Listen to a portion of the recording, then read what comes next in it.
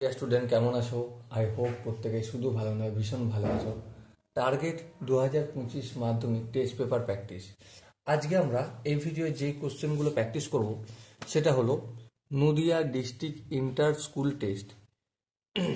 এই পেপারে একের দাগের যে 6টা কোশ্চেন আছে, সঠিক উত্তরটি নির্বাচন করো। 6-1-6, মানে 6টায় আমাকে করতে হবে, পরীক্ষার হলে বসে।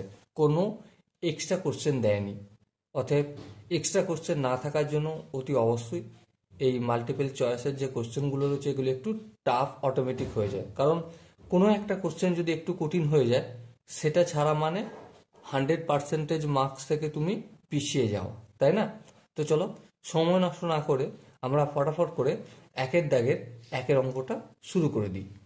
একের দাগের একের অঙ্কটা কি বলেছে প্রথমে মন দিয়ে আমরা পড়বো। কি বলেছে দেখো, কোনো মূলধন 8 বছরে দ্বিগুণ হলে বার্ষিক সরল সুদের হার option A 5%, option B 10%, option C 12.5% এবং অপশন ডি 8.5%। কোনটি হবে? ওকে, চলো যেটা পড়লাম সেই অনুযায়ী আমরা একটু ছোট করে ডিসকাস করে নিই।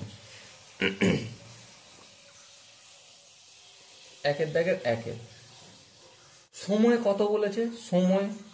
সময় বা টাইম কত? 8 বছর। আসল বা প্রিন্সিপাল কত? আসল বা প্রিন্সিপাল আমরা জানিনি, ধরে নিচ্ছি এক্স টাকা। এবারে কি বলেছে দেখো কোশ্চেনে, কোনো মূলধন মানে এক্স টাকাটা ডবল হবে, তার মানে কি আই প্লাস পি কত হবে? ইন্টারেস্ট প্লাস আসল সমান কত? 2x হবে। তাহলে এবার বলো এখান থেকে আমরা আই বের করতে পারবো? হ্যাঁ। কত সেটা হবে? অবভিয়াসলি এই সুদ প্লাস আসল যেটা রয়েছে 2x রয়েছে, এ থেকে যদি আসলটা বাদ দিয়ে দিই তাহলে সুদটা পেয়ে যাব। হ্যাঁ ঠিক। তাহলে কত হবে? 2x থেকে x বাদ দিলে x হবে। তাহলে আই কত হলো? আই হচ্ছে x। এবার দেখো রেট অফ ইন্টারেস্ট আমাকে নির্ণয় করতে হবে। ওকে বেশ। সো আমরা সিম্পল ইন্টারেস্ট চ্যাপ্টারে একটাই সূত্র জানি, সে সূত্রটা কি? I equal to P R T by 100। এবার আই এর ভ্যালু কত? এক্স, এক্স লিখে দিলাম। এবারে দেখো এখানে যে 100টা রয়েছে না, এই 100টা পি আর টির সঙ্গে ভাগের আকারে রয়েছে, তাহলে অপোজিট সাইডে নিয়ে আসলে কি হবে? গুণের আকারে হবে। বেশ। আবার এখানে দেখো আর এর সঙ্গে পিটা কিসের আকারে আছে? গুণের আকারে।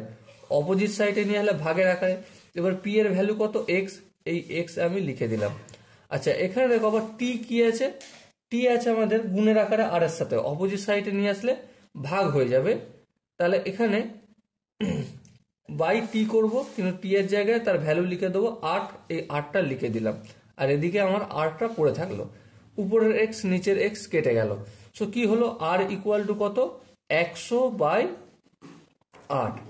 এবারে দেখো 100কে যদি আমি 8 দিয়ে ভাগ করি তাহলে 8 8 8 দুগুণে 16, 4 থাকবে, তাহলে 12.4 থাকা মানে 12.5 তাই তো, মানে 5 হবে।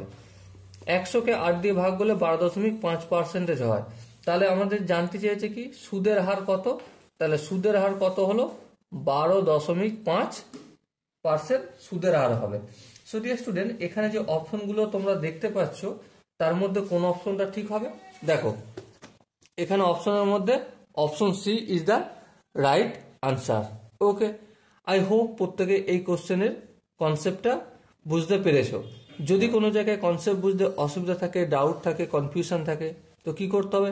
কমেন্ট সেশন খালি রয়েছে, কমেন্ট সেশনে অবশ্যই জানাতে হবে। চলো এখন আমরা 2-এর দাগের কোশ্চেনটা করি। 2-এর দাগের কোশ্চেনটা কি বলেছে দেখো, a x square plus b x plus c equal to 0 সমীকরণের বীজদ্বয় সমান হলে। প্রথমে আমরা সমীকরণ দাগ নম্বর দিয়ে সমীকরণটা লিখতে শুরু করি। কি সমীকরণ আছে? A x square plus b x plus c equal to 0। এই সমীকরণের বীজদ্বয় সমান হলে, সমান হওয়ার অর্থ কি এটা আগে ভালো করে বুঝি। আমরা ডি বা ডিসক্রিমিনেন্ট বা নিরূপক ইকুয়াল টু কি জানি? নিরূপক ইকুয়াল টু জানি বি স্কোয়ার মাইনাস 4ac, এই সম্পর্কটা আমরা জানি। হ্যাঁ ঠিক।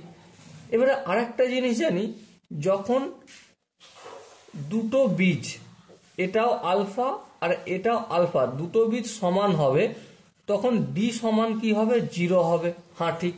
তার মানে ডি সমান যদি 0 হয়, তাহলে অতএব আমরা B square minus 4ac equal to 0 লিখতে পারি। হ্যাঁ লিখতে পারি।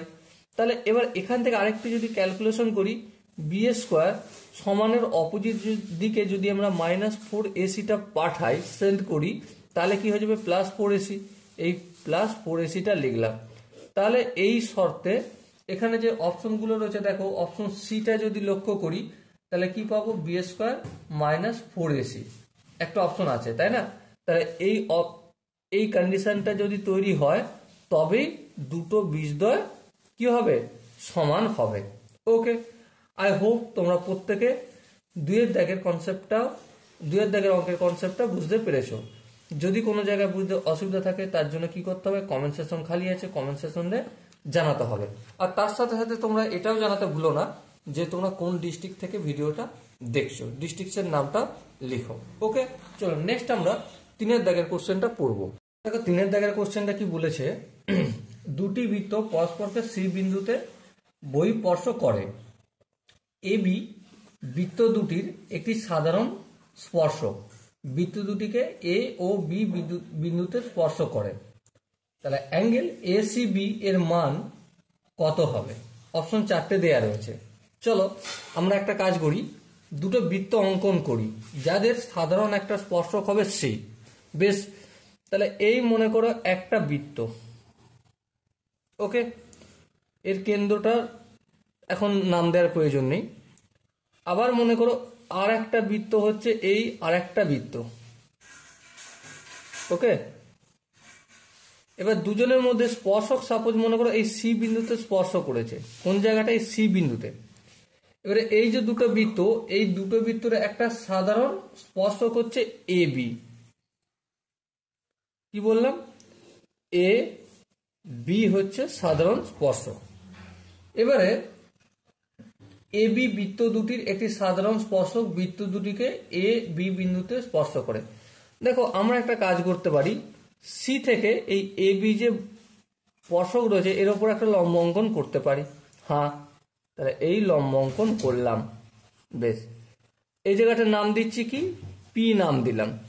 এবারে দেখো এ এর সঙ্গে সি আমরা কানেক্ট করলাম, আর বি এর সঙ্গে সি কানেক্ট করে দিলাম। ওকে, এবারে বৃত্তের স্পর্শক সংক্রান্ত আমরা একটা কনসেপ্ট শিখেছি। সেটা কি? যে বৃত্তের বহিস্থ কোনো বিন্দু থেকে বৃত্তের বহিস্থ কোনো বিন্দু থেকে বৃত্তের বহিস্থ কোনো বিন্দু থেকে বৃত্তের স্পর্শক পরস্পর সমান হয়। আমি এটা একটু দেখাবো তোমাদের কি করে হয়। ঠিক আছে, সাপোজ মনে করো এই একটা বৃত্ত। ওকে, এবারে এখানে মনে করো এখানে আর এখানে ধরে নিচ্ছি বৃত্তের বহিঃবিন্দু হচ্ছে এখানটা হচ্ছে জি বিন্দু।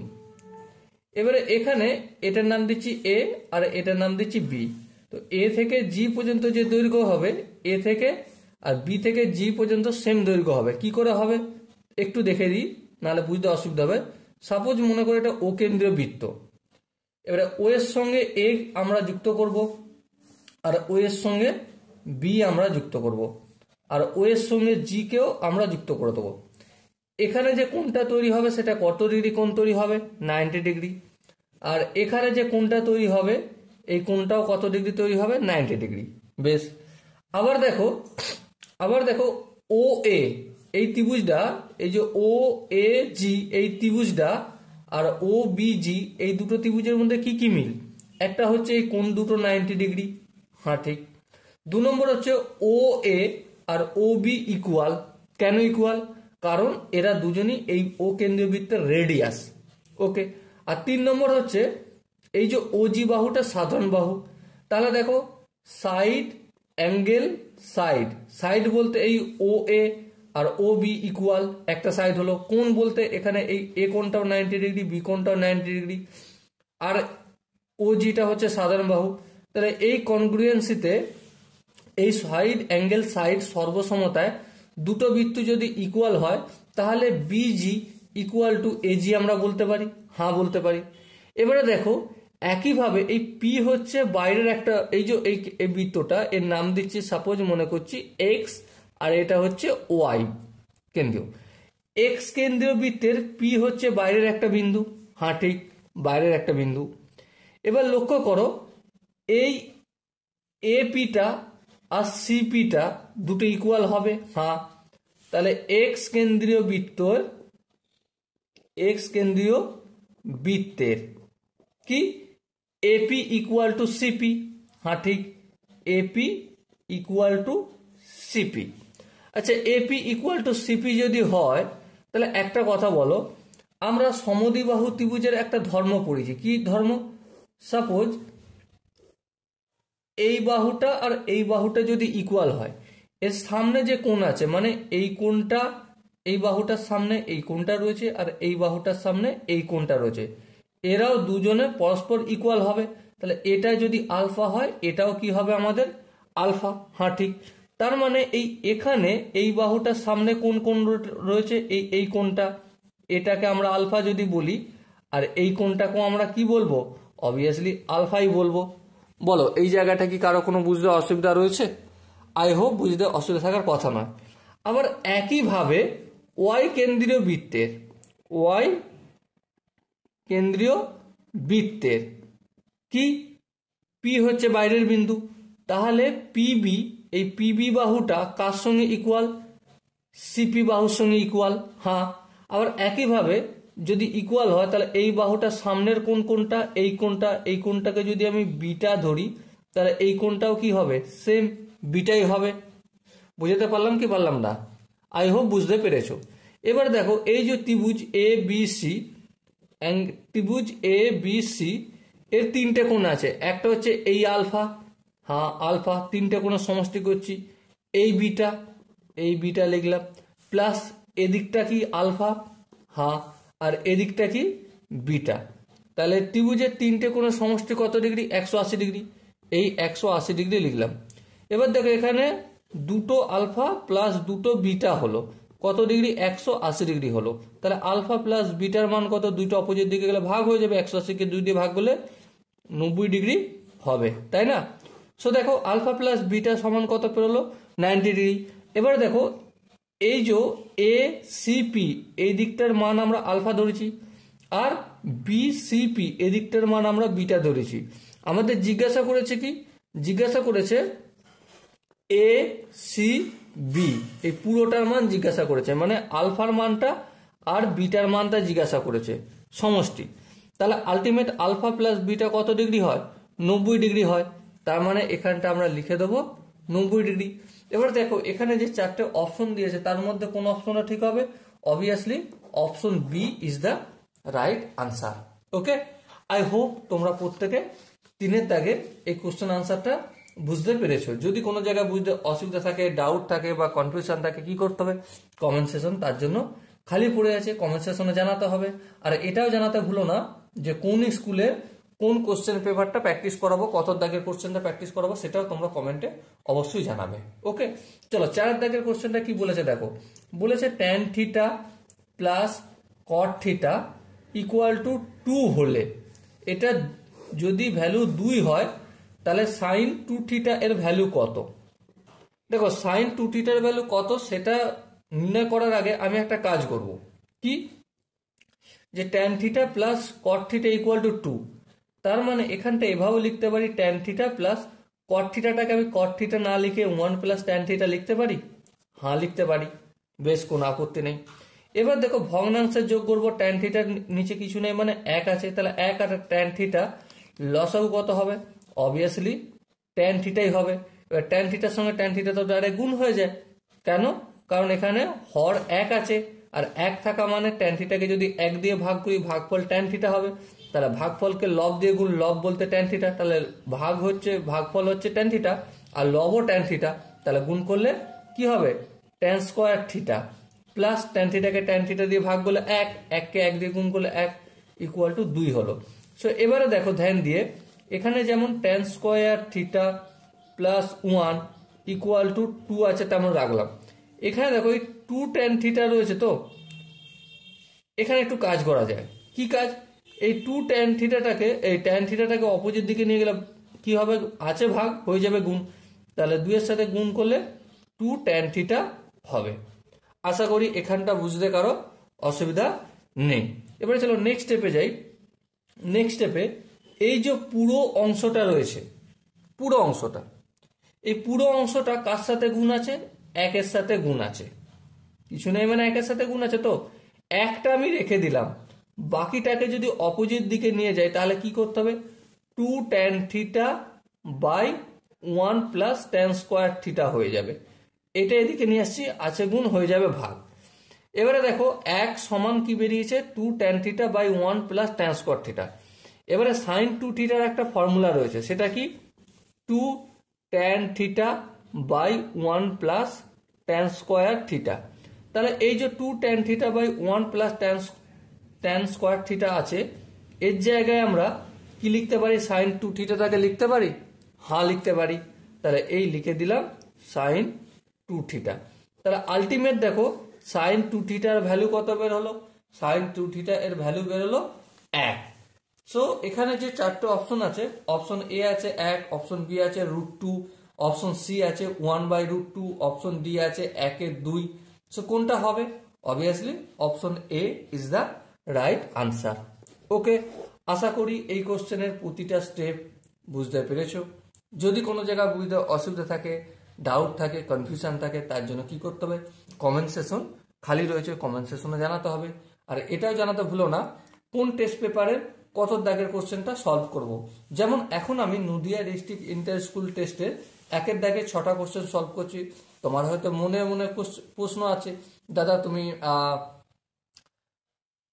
তুমি হুগলি ডিস্ট্রিক্ট ইন্টার স্কুল টেস্টের 5 দাগের কোশ্চেনগুলো করো। তো তুমি সেটা কমেন্টে লিখতে পারো যে Hooghly district inter school test 5 দাগের সলিউশন চাই। ওকে, শুধু স্কুলের নাম আর দাগ নাম্বার দিয়ে দিলেই হবে, বাকিটা আমি দেখে নেব। চলো নেক্সট আমরা 5 দাগের কোশ্চেনটা করব। প্রথমে 5 দাগের কোশ্চেনটা পড়ে নিই। দেখো 5 কোশ্চেন আনসারটা কি বলেছে। প্রথমে প্রশ্নটা পড়ছি আমরা। একটি লম্ববৃত্তাকার শঙ্কুর তির্যক উচ্চতা 15 সেন্টিমিটার এবং ভূমিতলের ব্যাসের দৈর্ঘ্য 16 সেন্টিমিটার হলে শঙ্কুটির পার্শ্বতলের ক্ষেত্রফল হবে। Option A, B, C, D, 4টে অপশন আছে। বেশ, প্রথমে আমরা একটা ছোট্ট করে শঙ্কুর চিত্র অঙ্কন করব। সাপোজ এই হচ্ছে শঙ্কুর ভূমি আর এই হচ্ছে শঙ্কুর চিত্র। ওকে, এবারে দেখো শঙ্কুর ব্যাস বলে দিয়েছে। শঙ্কুর ব্যাস কত বলেছে? শঙ্কুর ব্যাসটা হচ্ছে 2r, সেটা হচ্ছে 16 সেন্টিমিটার। তাহলে আর সমান কত? আর সমান অবশ্যই 8 সেন্টিমিটার হবে। তাহলে এই আর হচ্ছে ব্যাসার্ধ। এবারে দেখো শঙ্কুর লেন্থ, এই তির্যক উচ্চতা কত বলেছে? শঙ্কুর তির্যক উচ্চতা 15 সেন্টিমিটার, মানে L ইকুয়াল টু 15 cm বলে দেওয়া হয়েছে। এবার পার্শ্বতলের ক্ষেত্রফল, দেখো পার্শ্বতলের ক্ষেত্রফলের সূত্র কি? শঙ্কুর পার্শ্বতলের ক্ষেত্রফল ইকুয়াল টু পাই আর এল। হ্যাঁ ঠিক, পাইটা রেখে দিলাম, আর এর ভ্যালু কত? 8, এই 8 লিখলাম, ইন্টু এল এর ভ্যালু কত? 15, এই 15 লিখলাম, ইকুয়াল টু বর্গ সেমি। ওকে, এবার দেখো একটু গুণটুন করতে হবে। যেমন 5 8 40, 0 হাতে থেকে 4, 8 1 8, আর 4 12, তাহলে 120 পাই সেন্টিমিটার স্কোয়ার। এটা হচ্ছে শঙ্কুর পার্শ্বতলের ক্ষেত্রফল। সো ডিয়ার স্টুডেন্ট, এখানে দেখো যে 4টে অপশন আছে তার মধ্যে কোন অপশনটা ঠিক? অবশ্যই option D is the correct answer. শুধুমাত্র শঙ্কুর পার্শ্বতলের ক্ষেত্রফলের ফর্মুলা ধরে এই অঙ্কটা করে নিলাম। এক্সট্রা আমাদেরকে কোনো জায়গায় কিছু খাটতে হয়েছে না, খাটতে হয়নি। ওকে, আই হোপ তোমরা এই কোশ্চেনের কনসেপ্ট তো বিশেষ কিছু ছিল না, ফর্মুলা বেস ছিল, তোমরা আই হোপ বুঝতে পেরেছো। চলো নেক্সট আমরা 6 দাগের কোশ্চেনটা সলভ করবো। 6 দাগের কোশ্চেনটা কি বলেছে দেখো, ঊর্ধ্বক্রমে সাজানো 8, 9, x+5, x+9, 30, 34 তথ্যের মধ্যমা 24 হলে x এর মান হবে option A B C D, 4টা অপশন আছে। দেখো প্রথমে আমি মানের ঊর্ধ্বক্রমে যে সাজানো রয়েছে সেগুলো লিখে নিই। প্রথমে আছে 8, তারপর আছে 9, তারপর আছে কি x+5, তারপর আছে x+9, তারপর আছে 30, তারপর নেক্সট আছে 34। এবার দেখো এখানে কতগুলো তথ্য আছে, 1টা 2টো 3টে 4টে 5টা 6টা, তাহলে n হচ্ছে 6, মানে তথ্যের সংখ্যা 6টা। আচ্ছা 6 যুগ্ম না অযুগ্ম? 6 হচ্ছে আমাদের যুগ্ম সংখ্যা। কি? যুগ্ম সংখ্যা। এবারে যখন যুগ্ম সংখ্যা হয় তখন মধ্যমা নির্ণয়ের সূত্র কি? তখন মধ্যমা ইকুয়াল টু কিভাবে নির্ণয় করি? প্রথমত n/2 তম পদ প্লাস n/2 প্লাস 1 তম পদ, এই দুটো সমষ্টি বাই 2, মানে দুটো পদের গড়। এবারে মধ্যমা এখানে আমাকে বলে দেওয়া হয়েছে, কত বলে দেওয়া হয়েছে? 24। তাহলে এই মধ্যমার জায়গায় আমি 24 লিখলাম, ইকুয়াল টু বাই 2 লিখলাম। n/2 মানে কত? 6/2। 6/2 মানে কি? 6/2 মানে তো 3। তাহলে 3 নম্বর পদ কোনটা? এই যে x+5, এই x+5টা লিখলাম। বেশ, তারপর মাঝে আছে প্লাস চিহ্ন, এই প্লাস চিহ্ন দিলাম। n/2 মানে কি? 6/2, 6/2 মানে 3, 3 আর 1 যোগ করলে 4, 4 নম্বর পদ কোনটা? এই যে x+9, এই x+9টা লিখলাম। এবার দেখো দুইটা সমান অপোজিট দিকে পাঠালে কি হয়? 24 দুগুণে 48 ইকুয়াল টু x আর x যোগ করলে 2x, 5 আর 9 যদি যোগ করি 5 আর 9 14 হয়। 14টা সমানের অপোজিট দিকে যদি পাঠাই তাহলে কত হবে? 4 থেকে 8 বিয়োগ করলে 4 হবে, 1 থেকে 4 বিয়োগ করলে 3 হবে। তাহলে 34 হলো 2x এর ভ্যালু। সো x এর ভ্যালু কত হবে? অবভিয়াসলি দুটো অপোজিট দিকে পাঠালে ভাগ হবে। 34কে যদি 2 দিয়ে ভাগ করি আলটিমেট x এর ভ্যালু আসবে 17। ওকে, এবারে দেখো এখানে যে অপশনগুলো রয়েছে তার মধ্যে option B is the right answer. So dear student, I hope Nadia district inter school টেস্টের প্রতিটা কোশ্চেন আনসার বুঝতে পেরেছো। যদি কোনো জায়গায় বুঝতে অসুবিধা থাকে, ডাউট থাকে, কনফিউশন থাকে, তার জন্য কমেন্ট সেশন খোলা রয়েছে। দেখা হচ্ছে নেক্সট ভিডিও। ততক্ষণ পর্যন্ত ভালো থেকো, সুস্থ থেকো এবং জয় হিন্দ।